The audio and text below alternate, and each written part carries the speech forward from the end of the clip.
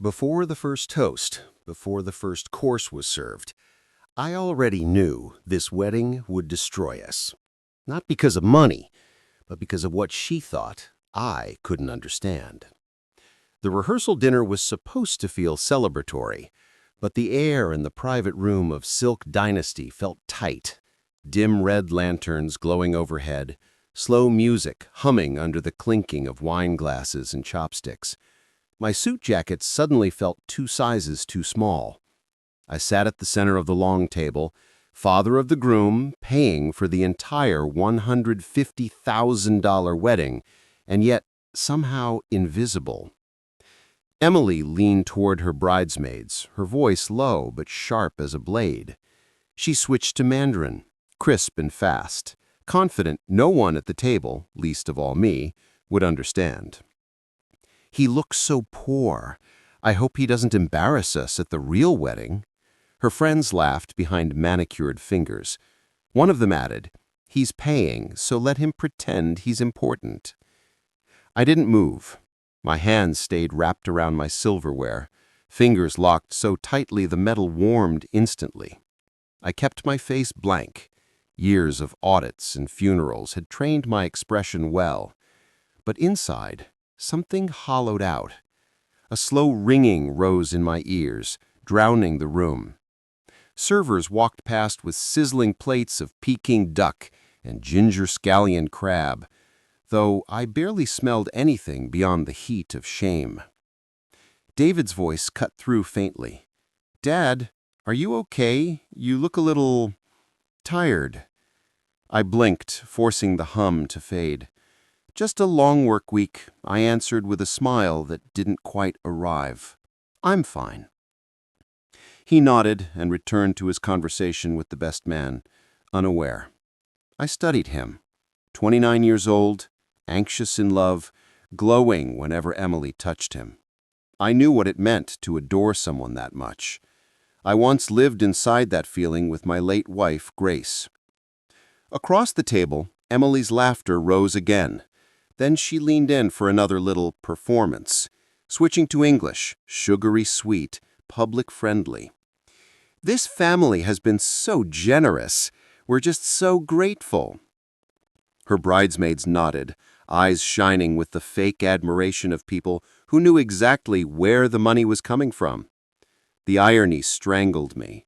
They were mocking the same man funding their champagne and hand-stitched gowns. I took a slow sip of water and let the glass chill my mouth. I stayed quiet, on the outside. Inside, I was 53 again, stepping off a plane in Beijing with a broken heart and no plan. Those 8 years teaching accounting at a university in Chaoyang, learning Mandarin over street noodles and quiet nights, weren't a secret. But they weren't something I ever bragged about. They were just mine. A life I built after losing Grace. A life Emily never asked about. "Did you see his tie?" she whispered again in Mandarin, brows raised. "My father would never wear something so cheap." One of her bridesmaids murmured, "Well, he's American. They don't understand class." Their voices broke through the hum. The chopsticks in my hand trembled just once. I steadied them. I could feel heat spreading up my neck. Not anger, exactly, not yet. More like the humiliation of being misjudged by children who didn't know the first thing about worth. Emily brushed a stray hair behind her ear, putting on her polished fiancée act as she turned to David. Back to English, back to sweetness. "Baby, do you think your dad might want us to send him the dress code for the real ceremony, just so everyone matches the aesthetic?" I watched David's face. He looked startled, caught between love and confusion. I'm sure Dad will be fine." "Oh, of course," she said, wide smile, soft laugh. "Just trying to protect the look of things." That was her. Always curating, always performing, always pretending. The waiter refilled my wine glass. Someone made a toast at the far end. People laughed, plates clattered, but to me it was underwater, blurry, distant, unreal. Then, the moment that ended the night. Emily placed her manicured hand on David's arm, leaned into him lovingly, and turned to the table with that smile, the one that was meant to charm every soul in the room. "We are so blessed to have such a supportive family. Really, I don't know what we'd do without you." Her eyes flicked to me for exactly half a second, pitying, patronizing, rehearsed. I lifted my glass slowly. The whole table turned toward me, expecting some sentimental father of the groom speech. Instead, I held her gaze, calm and steady, and in perfect, fluent Mandarin, quiet enough that only our end of the table could hear, but sharp enough to carve the room open, I said, "Don't worry. I understand everything." Time stopped. Emily's face froze. Her bridesmaid's eyes widened. One of them dropped her chopsticks. David looked between us, confused, alarmed, suddenly aware something enormous had just happened. Silence, pure, heavy, swallowed the table. The lantern shadows flickered across Emily's stunned expression. I set my glass back down. Cut scene. I drove home from the rehearsal dinner in silence, the glow of streetlights passing through the windshield like slow blinks. The road was familiar, but nothing inside me felt familiar anymore. I kept replaying the moment. Emily's voice, the laughter, the chopsticks dropping after my Mandarin. But beneath all of it was something deeper, older. My life hadn't started tonight. It had been built brick by brick, sacrifice by sacrifice. I pulled into my driveway, the same modest suburban house I'd lived in for 28 years, and sat for a moment before shutting off the engine.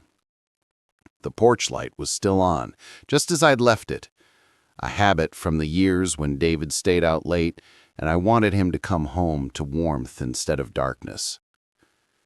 Inside, the house smelled faintly of lemon polish and old wood. I hung my coat on the rack, loosened my tie, and stood for a moment in the quiet.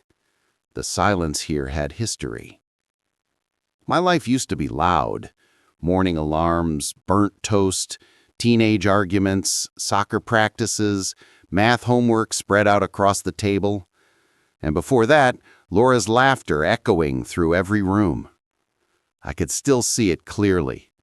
A Tuesday morning, 7:05 a.m., Laura standing barefoot in the kitchen wearing one of my old t-shirts, flipping eggs while humming off key. "Patrick, you overpacked the lunch again," she teased, nudging the 3 sandwiches I had wrapped for David. "He's 10, not a lumberjack."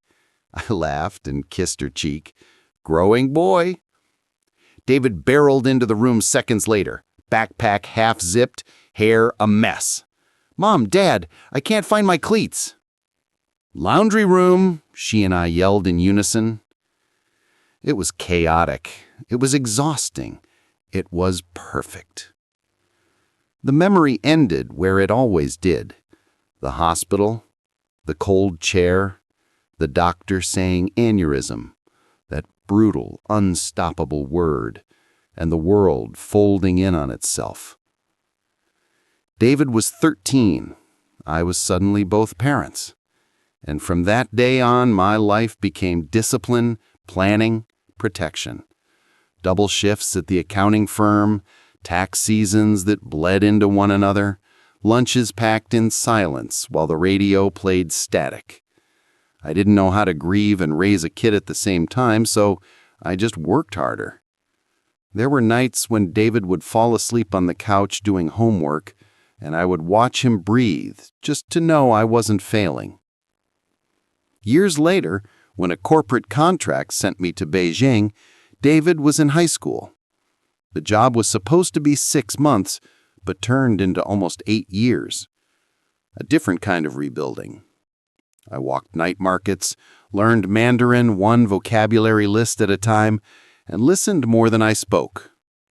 Grief softened into reflection over bowls of beef noodles and long subway rides.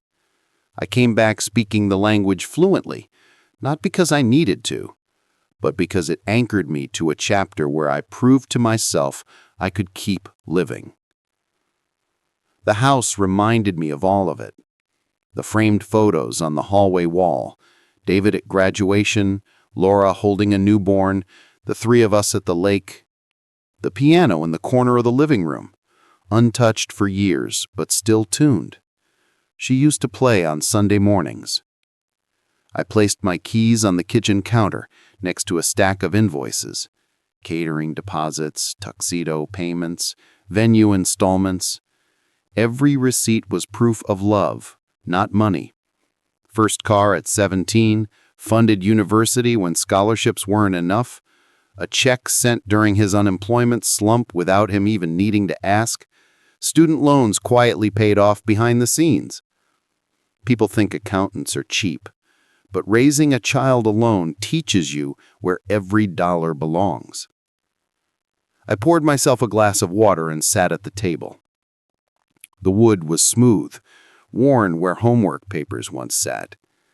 My phone buzzed, a text from my sister. "Everything okay? Rehearsal didn't go late." I typed, "Everything fine, just tired." Then deleted it. Instead, I wrote, "We'll talk tomorrow." Sarah has always known when something's wrong. She's the closest thing I have to grounding. Warm humor, big heart, the kind of woman who shows up before you ask. She helped me navigate the shock of losing Laura, and she was the first person who told me not to drown in work while pretending it was strength. Then there was Mark Patterson, my attorney and occasional dinner companion, the man who guided me through the estate when I could barely think straight. He'd once said, "Partek, grief makes people reckless. You're allowed to be weak." I never believed him, but I never forgot it. I took another sip of water, staring across the room. For months, I'd tried to love Emily. I truly had. I complimented her dress choices. I went along with every vendor she wanted. I sat through hours of cake tastings and floral consultations. I told myself her perfectionism came from excitement, not ego. But the cracks showed early. The first time she visited my house, she touched the back of my couch like she found dust on a thrift store sweater. She suggested a more elegant venue 3 different times. She wrinkled her nose when I said I was making lasagna instead of catering dinner. There was one night, months ago, when she and David came over to finalize guest lists. "This place would photograph so well," she said suddenly, pointing to the living room wall. "But maybe take down some of the older pictures? It's better for branding if the background feels current." I stared at her. "The older pictures?" She gestured at the photo of Laura holding baby David. "Yeah, just for the video shoot day. You know, aesthetics." I remember David rushing to explain, embarrassed. "She just means we're trying to keep a consistent visual theme for the wedding media package." I smiled. I even nodded, but a weight settled in my chest that night. Now, after tonight's whisper, he looks so poor. I hope he doesn't embarrass us. It was clear. The wedding was not about family, not love. It was a performance, a branding exercise. Tickets to a life she wanted people to believe she lived. I stood from the table and walked into the living room. I traced a finger across the piano keys. No sound, just the cold of the ivory. Laura would have hated tonight. She would have put an arm around David and said slowly, firmly, "Kindness is class." I sat on the couch and let the quiet surround me. I wasn't angry yet. I wasn't vengeful. I wasn't plotting justice. I was just afraid. Afraid that if I lost David to this version of his life, curated, superficial, performative, I would lose the last piece of family I had left. I whispered into the empty room, "He's all I've got." The hum of the refrigerator was the only reply. I closed my eyes and breathed in, slow, steady. Patience had gotten me through worse. Patience had rebuilt me before. And right now, it was the only thing I had. Conflict was coming. I could feel it in my bones. But I had learned something long ago. In grief, in Beijing, in fatherhood. You don't lose dignity by staying calm. You lose it by forgetting who you are. And I wasn't going to forget. The weeks after the rehearsal dinner moved like a storm front, slow from a distance, violent up close. Nothing exploded outright. It was all small cuts, comments, gestures, silences sharp enough to draw blood without leaving marks. The first happened at the florist. We were surrounded by roses, hydrangeas, peonies, that artificial garden smell of refrigerated petals and fertilizer. Emily and her bridesmaids fluttered around like they owned the place. I stood next to David, hands in pockets, waiting to be told when to nod. The florist held up 2 sample arrangements. "This one is more traditional," she said, "and this one is more modern, dramatic lines, bolder texture." I leaned forward politely. "The traditional one might be more timeless in the photos. It won't date the wedding in 10 years. Emily didn't even look at me. She looked at her bridesmaids, smirked, and switched to a sugary little whisper she didn't intend me to hear, but I heard every syllable. "He acts like he knows style. It's adorable." The women giggled. Heat rose up my neck. David's confusion flickered for a moment. He sensed the tone even if he didn't understand the words, but then he brushed it off. "Em just means she's excited," he said, almost apologetically. "She's been planning this since she was a kid." I nodded. Of course. But something inside me tilted. A shift, slight but permanent. The disrespect continued like a pattern she enjoyed repeating. One afternoon, David and I were comparing music options while waiting for her outside a boutique. I was thinking we could include a song Mom used to. Emily burst through the door, cutting him off mid-sentence. "Baby, don't say we when it's something I already decided." David stiffened. I just thought, that's the problem. You think instead of letting me handle this." She laughed lightly and ran her thumb along his jaw as if he needed taming, and she looked directly at me. "Patrick doesn't need to worry about music. He can focus on other things, like invoices," one bridesmaid added under her breath. They walked ahead. I didn't move for a second. My jaw tightened, but my voice stayed level when I finally caught up. "David, you look happy. That's all that matters." He half smiled. "I am." I didn't say what I wanted to. There's happiness, and then there's control. The lowest moment came during a wedding planning meeting at my house. Emily stood in the living room, hands on her hips, surveying everything like she was mapping a territory she planned to bulldoze. "Lighting is bad, furniture outdated, and, well, that photo," she pointed to the framed image of Laura holding baby David, "the picture I touched every morning without thinking." Emily's tone softened, but not out of kindness. It kind of brings the energy down. Weddings are about new beginnings, not old memories, right?" The room froze in my chest. Before I could respond, David tried to joke. "Em just means she's excited. She's been planning this since she was a kid." Emily laughed, relieved. "Exactly. We can't cling to the past forever." I forced my shoulders to stay relaxed. "That photo stays." She blinked, surprised, not used to resistance. "We'll revisit later," she murmured. "No," I said calmly, "we won't." David stepped between us, peacemaker mode. "Let's take a break." We did, but a line had been drawn, and everyone felt it. Dinner with Emily's parents was next, an upscale seafood restaurant where every table came with a spotlight. Her parents were refined people, image conscious, every sentence curated. Her father raised a glass. "To Emily. She has elevated David's life in every way." Her mother smiled, "And soon they'll be part of a much higher social circle." Emily added, "David deserves it. He was always meant for bigger things. He just didn't come from that world." My fork paused midair. David shifted uncomfortably. "Mom and I didn't live in a cave." Emily giggled. "Oh, baby, I didn't mean it like that. I'm just saying, you'll finally have the life you should have had." Her mother looked at me.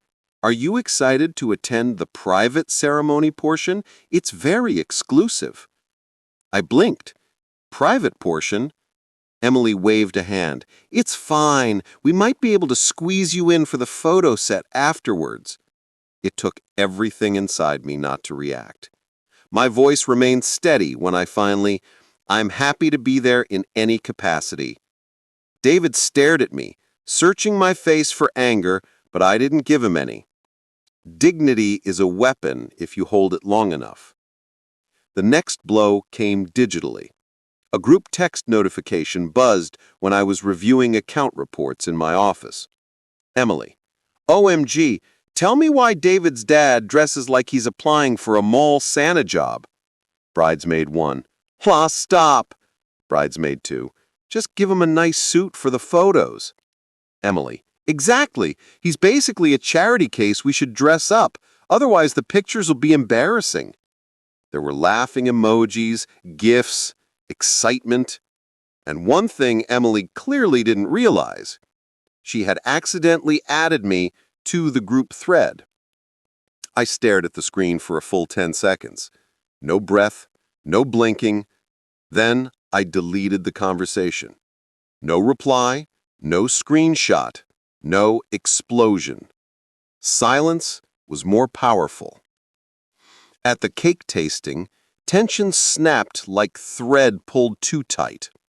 Emily sampled frosting and flipped through photo portfolios like she was casting models for a commercial. "We need a photogenic guest list, people who fit the aesthetic." David frowned. "What does that mean?" "Baby, look at your family photos." She held her phone near his face. "Some people age in a way that's visually outdated. We want a youthful energy for the brand." David blinked. "Who are you talking about?" Emily took a breath like she was speaking a difficult truth. "Sarah." "My sister?" Emily nodded. "Patrick, you know how she dresses. It would throw off the whole look. She's sweet, but she doesn't fit." David stared at her, the first flicker of disbelief I'd ever seen. "That's cruel," he whispered. Emily softened instantly, fake contrition. "I didn't mean it cruelly, baby. I'm protecting our memories. One bad look in a group shot and the media package feels amateur." She turned to me, voice gentle, in a way that was somehow worse. "You understand, right?" I swallowed. "No, I don't." David looked relieved, but also terrified of where this might go. Emily sighed, deflated. "We'll table it." But we all knew she wouldn't. The final moment, the moment that welded the conflict into inevitability, happened a week later. We were leaving a vendor meeting, walking toward the parking garage. I lagged behind to answer an email, and she didn't notice. She switched to Mandarin, speaking to a bridesmaid on the phone, casual and venomous. "We'll take his money now. Once we're married, I'll control David. His dad won't matter." Footsteps echoed on the concrete. Wind cut through the open levels. The world shrunk to that voice. The bridesmaid replied, laughing, muffled through the speaker.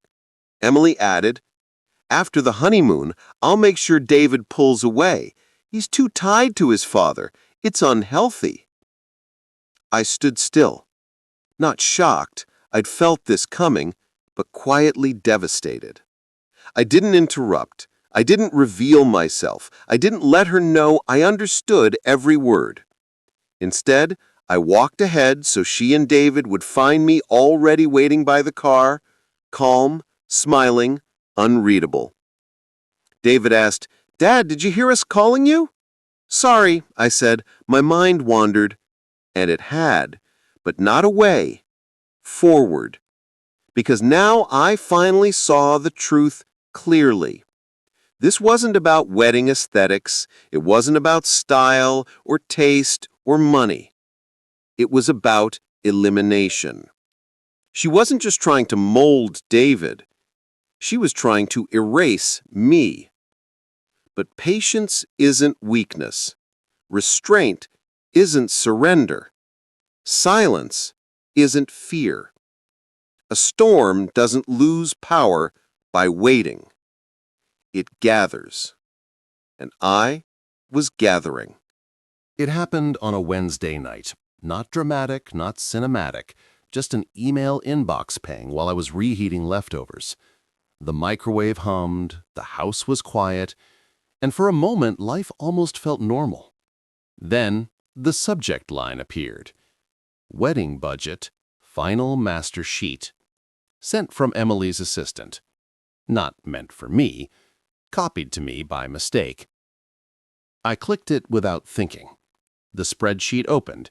Neat columns, conditional formatting, totals at the bottom. I stared. $149,870. Paid in full. Card ending in 4427. My card. My blood went cold. I scrolled. Designer gown, $27,890. Social media videography, $19,500. Flower arch, $11,000. Bridesmaid aesthetic upgrade, $9,200. Luxury guest impression props, $6,300. Atmospheric scent diffusers, $4,700. Cocktail hour red carpet, $2,400.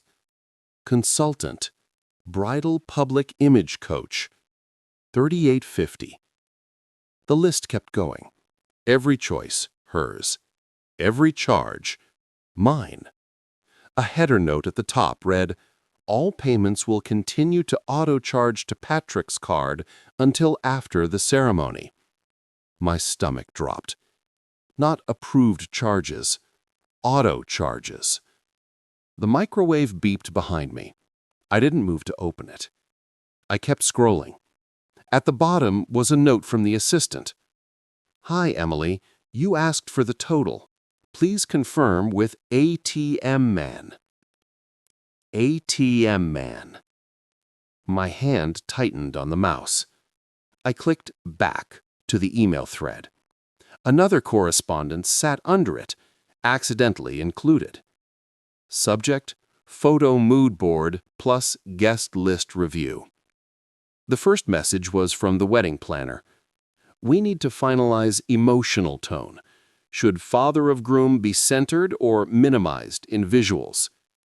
Emily replied instantly. "Minimized. It's almost fixed. He won't be around long anyway." A follow-up. "After we're married, I'll convince David to put the house title in my name. His dad will be dead in a decade anyway." My ears rang so sharply I thought I'd lose my balance. Dead in a decade? After everything. After the years. After raising her future husband alone. After paying for everything from birth to adulthood to wedding. Dead in a decade. The house, the one where David took his first steps, where Laura played piano, where I buried every grief and rebuilt every piece of life. She planned to take it without hesitation. I didn't speak, didn't gasp, didn't curse. I clicked download. Every message, every receipt, every attachment. Then I slowly walked to my office, sat down, and printed everything. The machine hummed, page after page, thick stacks of paper sliding out like evidence in an indictment. When the printer was done, I placed the pile in a manila folder. Then another. Then a third. 3 copies. 1 for leverage, 1 for record, 1 for war. My phone buzzed. It was David. "Hey, Dad, are you joining us for the menu tasting Saturday?" I stared at the message. My thumb hovered over the keyboard. Eventually, I typed, "I'll be there." Because this wasn't the moment to attack. This was the moment to prepare.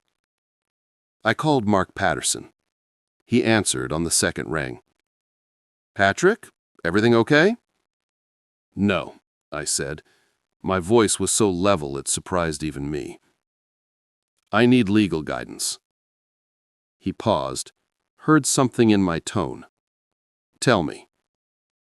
I hesitated only long enough to swallow the sting. "I've been paying for the wedding. All of it. And tonight I learned I've been signed up for automatic ongoing charges without consent. And there's more." "What kind of more?" "Personal insults, intent to take my son's house, intent to isolate him from family. All in writing." Mark let out a slow breath, not shocked but pissed on my behalf. "Do you have documentation?" "I have everything." "Email it to me." He was already typing. "This isn't complicated. Your card authorization can be frozen today. They can't legally bill you another cent without written consent. And payments already made?" "Yes," he said. "You can recover them if you choose, maybe all of them." "Good." Mark paused. "Patrick, you sound different." "I am," I said. "I finally understand the situation." Silence. But it was a respectful silence. "You didn't do anything wrong. You acted like a father. She acted like a predator." I closed my eyes. I just didn't want to lose David. "And you still don't have to," he replied. "Not if you stay smart. Not if you don't move too soon." "Then I'll wait." "Freeze the authorization first," he instructed. "Then we'll talk strategy." When we hung up, the house felt heavier, but not suffocating. Just real. Honest. I walked into the living room, turned on one lamp, warm yellow light, sat on the couch, looked at the piano Laura once played, looked at the photo of her holding baby David. For the first time since the wedding planning began, I allowed myself to think something clearly. They mistook my kindness for weakness. The version of me they saw, the soft-spoken accountant, the dad who paid quietly, the man who never cursed, never raised his voice, they assumed that was all there was. They didn't know the man who held a dying wife's hand and still got up the next morning to pack his son's lunch. The man who worked double shifts for a decade without missing a single parent-teacher meeting.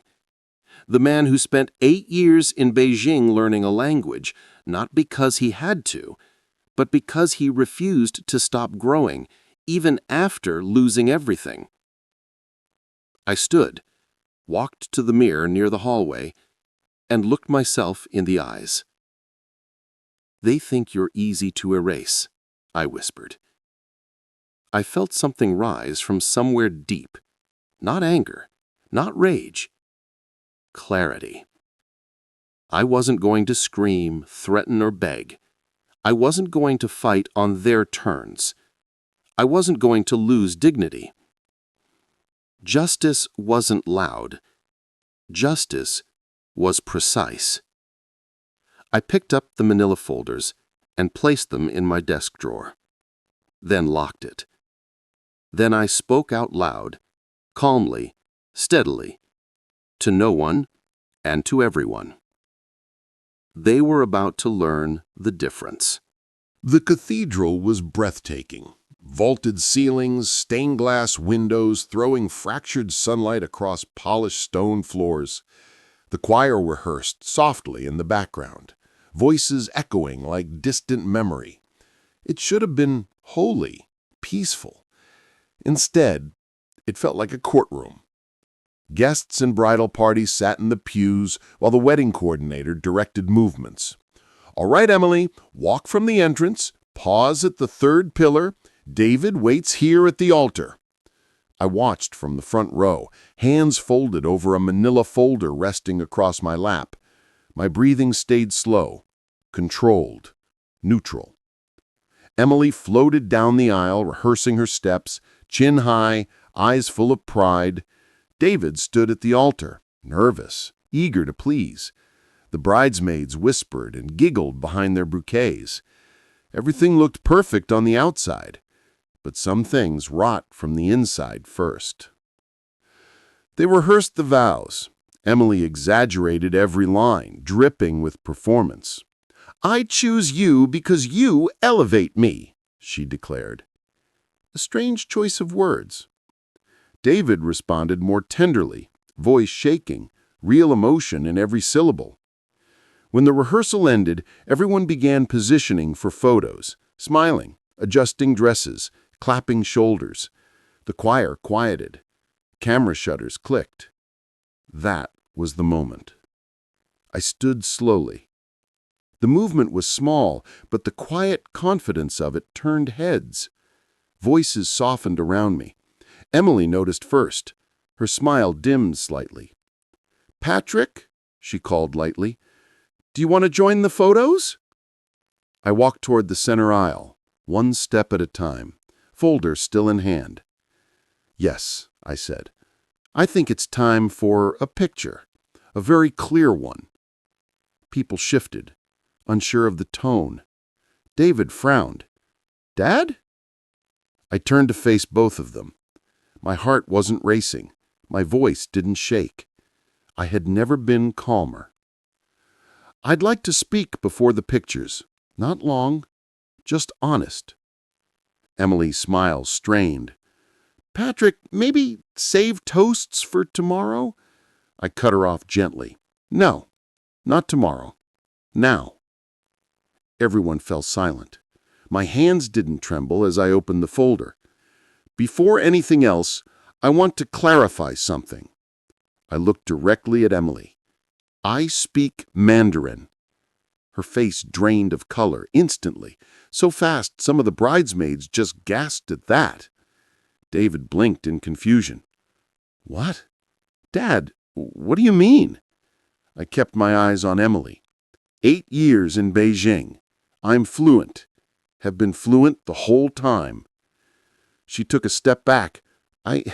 That's, you should have.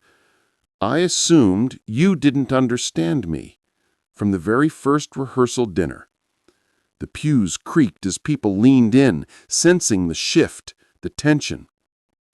Emily let out a weak laugh. "This is ridiculous. I think you're misinterpreting." I raised one page and read out loud in perfect Mandarin. "He looks so poor. I hope he doesn't embarrass us at the real wedding." The echo bounced across the cathedral walls. David flinched.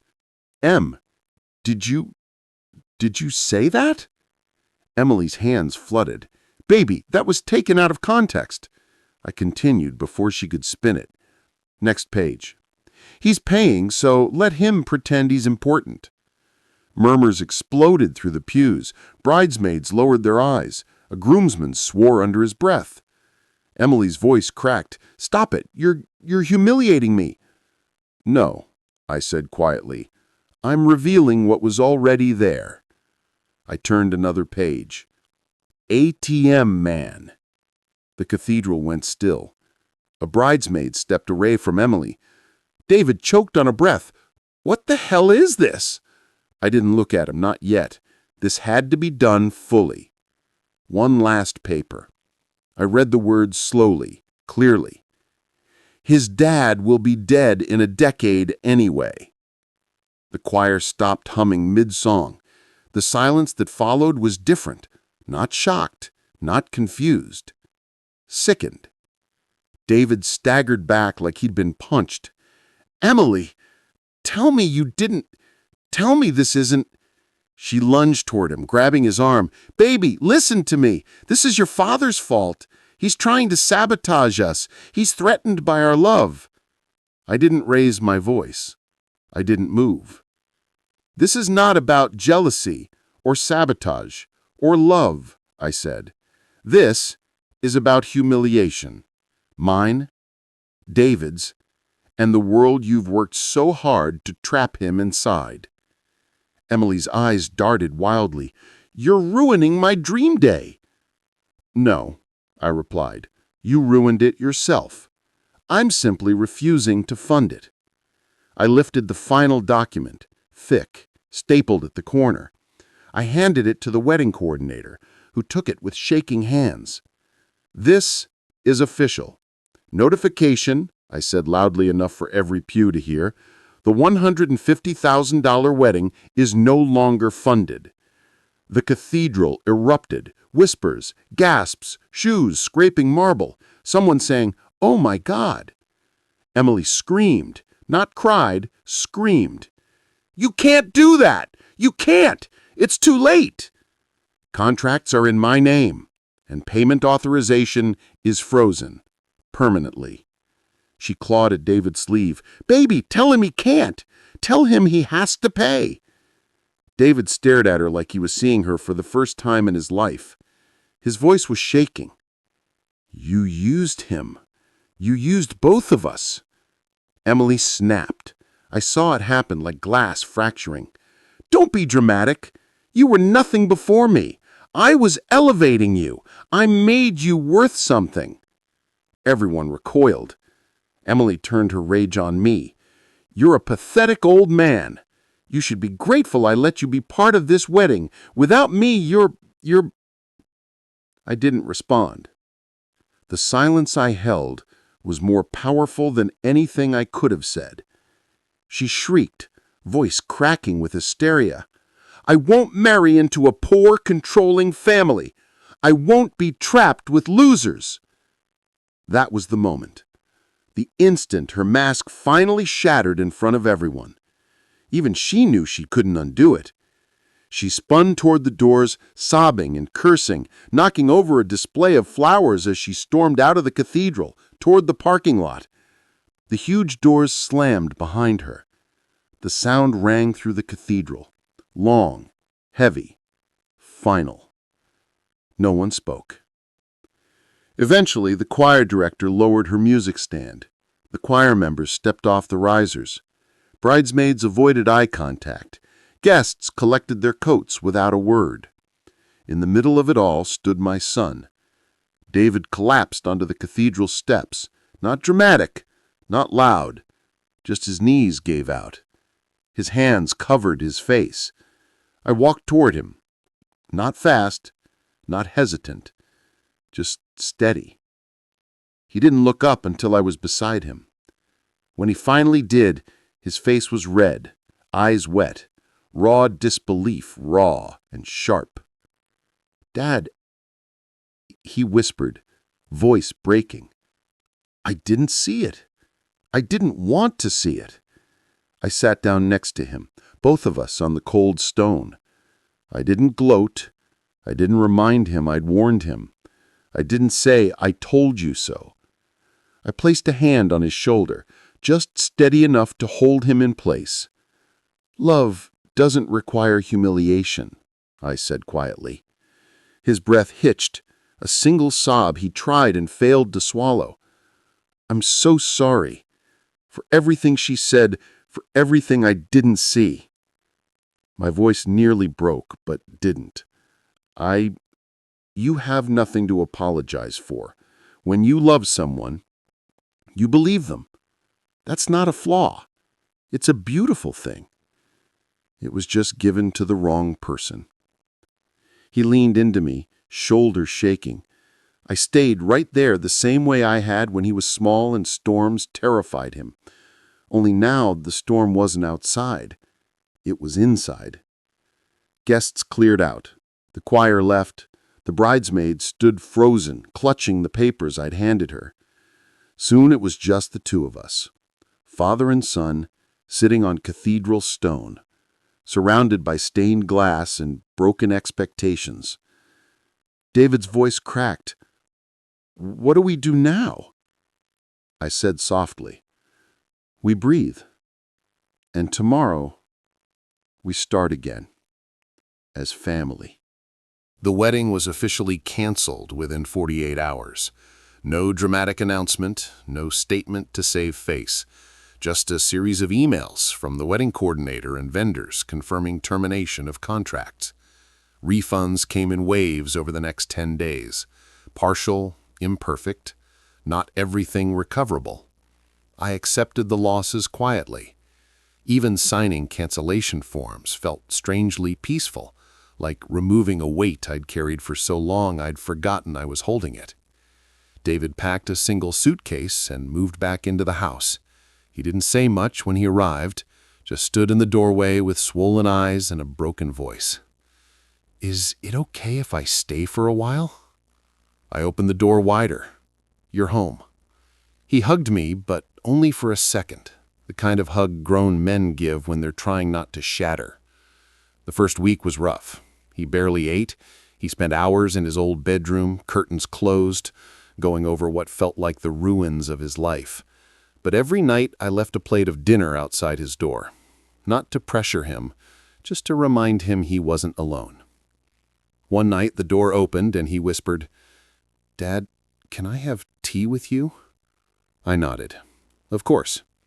We sat at the kitchen table, 2 mugs steaming between us. He stared at his hands. He said, "I'm not sad it's over. I'm sad I let it get that far." I didn't rush to fill the silence. He added, "I stopped being myself. I stopped thinking." "You were trying to love her," I said softly. "That doesn't make you foolish. It makes you human." He looked at me then, really looked, and I could tell something was rebuilding inside him, slowly, carefully. Around that same time, the story went public. Not because of me. Because the bridesmaids, who once whispered insults, were suddenly desperate to protect their own reputations. They leaked the group chat screenshots. Someone posted the rehearsal footage where Emily screamed about not marrying into a poor, controlling family. Clips spread online like wildfire. Comments flooded the internet. "This is entitlement at its worst. Run, dude, run fast." That father didn't ruin anything. He saved his son. Emily issued an angry video statement, full of denial, tears, accusations. It only made things worse. Her family reputation crumbled. Her social channels died overnight. Sponsors dropped her. Even friends pulled away. I didn't gloat. I didn't smile. I didn't feel triumph. Justice had arrived on its own, not because of me. One afternoon, David sat beside me on the porch steps, scrolling through his phone. He said, "Everyone's talking about her. People I've never met, acting like they know everything." I studied him. "How do you feel about that?" "Honestly," he sighed, "I hate that everyone knows. I wish this stayed private." I nodded. Pain always feels bigger when it has an audience. He leaned his head against the railing. "You could have humiliated her more. You could have gone after her family, after the money." "I didn't need to," I answered. "Dignity isn't about winning. It's about not becoming someone you can't respect." He absorbed that for a long time before whispering, "Thank you for not throwing me away when I didn't see it." "I never would have." I paused. "You came home the second you saw the truth. That's enough." A car rolled up the driveway later that week, Mark Patterson, manila envelope in hand. We sat in the living room while David stepped out for a walk. Mark slapped the folder on the table. "It's done. Every fraudulent or unauthorized charge reversed. No debt, no leftover obligations. I let out a slow breath. Thank you. He leaned back, studying me. How are you holding up? Better than I expected. He smiled faintly. Most men would have swung back harder. I didn't need to. The truth did it for me. He nodded. If you ever want to press further legally, you can. But you don't strike me as the revenge type. No, I said quietly. I'm not. He stood. Well, if you ever need anything, you know where I am. After he left, the house felt warm, not empty. The weight was gone. A few days later, I drove to the cathedral, not for ceremony or confrontation, just to sit. The big doors echoed when they closed behind me. The place was empty except for soft, evening light filtering through stained glass, painting the floor in deep blues and reds. I sat in the front row, the same place where everything changed. My hands folded, my breathing slow. Not thinking about Emily, not thinking about money, not even thinking about justice. Thinking about survival. About what it meant to build a life, lose a life, rebuild again, and still choose gentleness. After a while, I whispered, not a prayer, not a plea, just a truth. Respect should never be the price of love. The words settled into the stillness like they belonged there. When I got home, the porch light was on, not because I left it that way, but because David had turned it on for me. He was sitting on the sofa with 2 mugs of tea ready. He looked up when I entered. How was your drive? I said, peaceful. He nodded. No probing, no apologies, just presence. We sat in silence, sipping tea. Father and son. Not broken, not defeated. Healing. He leaned back, eyes softer than they'd been in months. He said, I'm going to start therapy and maybe take time before dating again. I need to know who I am outside of someone else. I said, that sounds right. I'm proud of you. He swallowed hard, voice tight. Someday, I hope I'm the kind of man you are. I shook my head gently. You don't have to be me. Just someone who never trades kindness for approval. He smiled, small, real. The piano sat in the corner of the living room, untouched for years. David glanced at it. Do you think we could play something together, just for a minute? I nodded. We didn't know many songs, just the simple piece Laura used to play on quiet Sundays. I hit the lower keys, he played the melody. It wasn't clean. It wasn't perfect. But it was honest. And the house finally sounded like home again. Dignity wasn't restored by punishing someone. It was restored by protecting what mattered. 6 months passed quietly, not with dramatic milestones, but with the slow, ordinary rhythm of healing. The house didn't change much, but the energy inside it did. What was once tense and heavy had become warm again, not because we forgot what happened, but because we grew past it. David rebuilt himself, piece by piece. Therapy, twice a week. Long shifts at work without distraction from chaos. New friendships, people who didn't care about aesthetics or networking or influence, just kindness. There were setbacks, bad nights, sudden moments where memory choked him, but each time he stood again. One evening he sat across from me, stirring sugar into his tea. Dad, I really didn't think I'd get through it, he admitted. But you did, I said. He looked up. Because you didn't give up on me when it looked like I deserved it? No, I corrected softly. Because you didn't give up on yourself. He didn't argue, and that was progress. Not long after, he told me about someone new. He was almost shy about it, not embarrassed, just careful. Her name's Grace, he said. She's a school social worker. She's normal, in the best possible way. There was a small smile on his face when he said her name, a gentle one, not the strained smile I remembered from before. When she came by for dinner the first time, she wasn't dazzling or dramatic. She brought homemade cookies and asked how I liked my coffee. She laughed easily. When she made a joke, she blushed. When David spoke, she listened with her whole face. After she left, I didn't say anything until David asked quietly, "Well?" I just smiled. She sees you. That matters. He nodded, a little emotional. Yeah, it does. The house changed in other ways, too. I began to play the piano again, the one Laura loved. At first, just a few keys, then longer. Afternoon sunlight through the curtains, wood warmed by the day. Sometimes it felt like she was in the room, not haunting it, not frozen in memory, just present in a softer way. David sat on the couch sometimes, listening. Occasionally he joined. Melody, imperfect but earnest. It didn't bring back the past. It just made peace with it. The wedding money, the $150,000 that never became a wedding, sat untouched for months. Then, one morning, while dusting the piano, I saw a photo of Laura teaching a little cousin to read, and it hit me, clear, sudden. She always wanted to help kids who aged out of foster care. She used to say, "They're expected to stand on their own," before anyone ever taught them how. By evening, I had called Mark Patterson.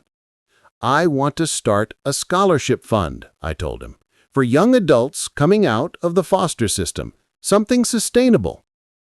He didn't even hesitate. That's exactly how money should be used.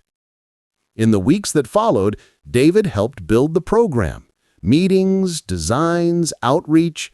I watched him craft proposals with confidence and empathy, a version of him that wasn't performing for anyone, just living with purpose. One night, after a video call with donors, he leaned against the kitchen counter and said, "This feels like starting over." In a good way.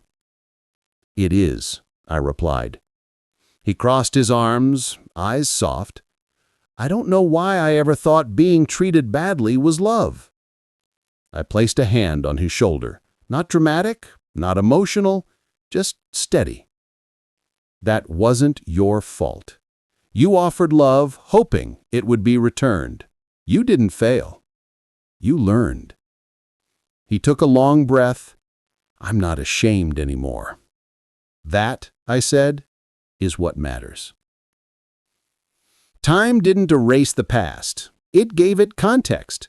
The Cathedral confrontation wasn't what defined us. What came after did.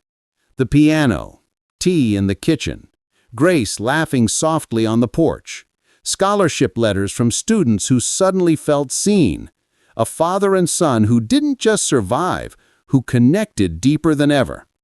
I sometimes sat alone in the living room at sunset, listening to the house breathe, floor settling, wind through curtains, faint warmth of keys under my fingertips.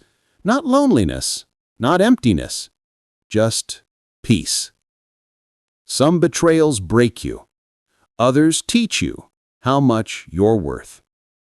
And in the end, it wasn't revenge I wanted. It was respect.